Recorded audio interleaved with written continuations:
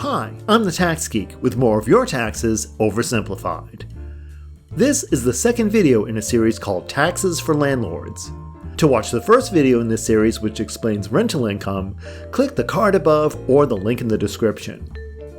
Today, we're focusing on the expenses usually incurred when renting property. First of all, to be deductible from income, any expense has to be ordinary and necessary. There is usually very little question that any expense you may incur in renting property fits these criteria. For expenses to be deductible, the property must be what is called in service. In other words, the property must be available to be rented, and if the property is vacant, you must be actively seeking tenants for the property. Rental expenses are listed on lines 5 through 20 of Schedule E, page 1. As with income, if you have multiple properties, the expenses for each property are listed in separate columns on the schedule. Rather than run down all the commonplace expenses involved in renting property, a list of which are currently on the screen, I'm going to focus on deductible expenses that are commonly missed or calculated incorrectly. The first of these is mortgage interest. Out of your monthly mortgage payments, you can deduct the interest itself, any late fees, and any mortgage insurance premiums you pay. Your payments to escrow are not deductible until the bank actually remits the property tax to the government or insurance premiums to the insurer. If you paid a loan acquisition fee, or points to obtain your loan, that payment is not immediately deductible and has to be spread out over the life of the loan in a process called amortization. Amortization will be discussed in more detail in the next video in this series. Other types of interest on loans or credit cards can also be deductible if and only if the loan or credit card is used exclusively for the rental activity. Next, we come to professional fees. These are fees you pay to attorneys, accountants, or other professionals for services rendered.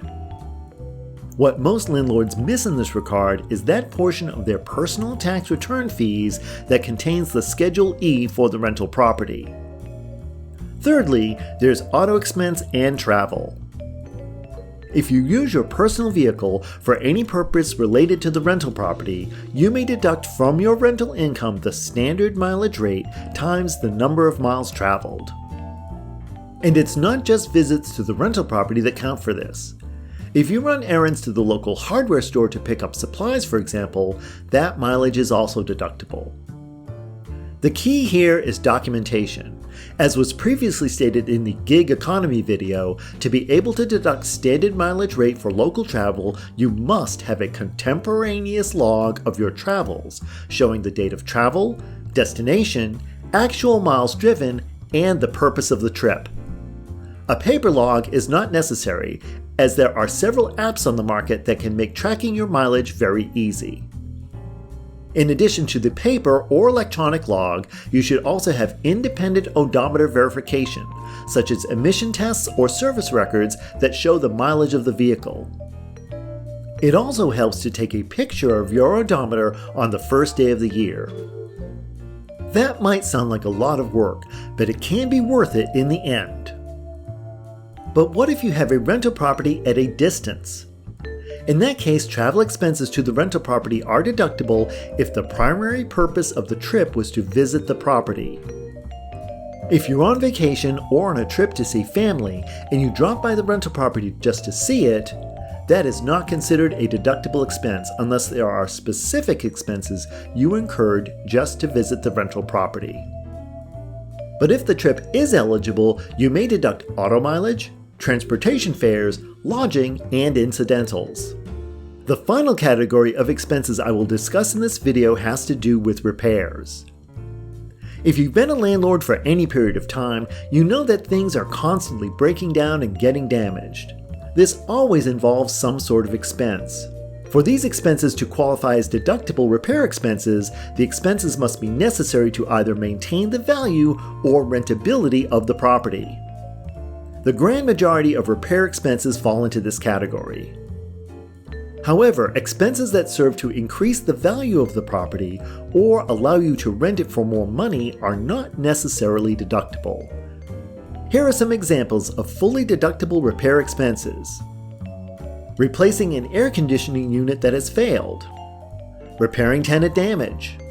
Replacing a failing roof, or bringing a property into compliance with current building codes. Some repair expenses that would not be immediately deductible would include adding air conditioning to a property, adding a deck or patio to increase the appeal of the property, replacing a roof for cosmetic reasons, or any expense you incur prior to placing the property into service. So what happens to these non-deductible expenses?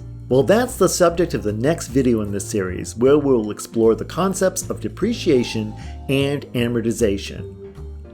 As usual, if you'd like more details on the topic of rental property expenses, there are links below in the video description. If you found this video informative, please give it a thumbs up and subscribe for more content. Please share this video with anyone who would find it useful. If you have any questions, comments, or suggestions for future videos, please leave them in the comment space below. Thanks for watching, and I'll be back soon with more of your taxes oversimplified.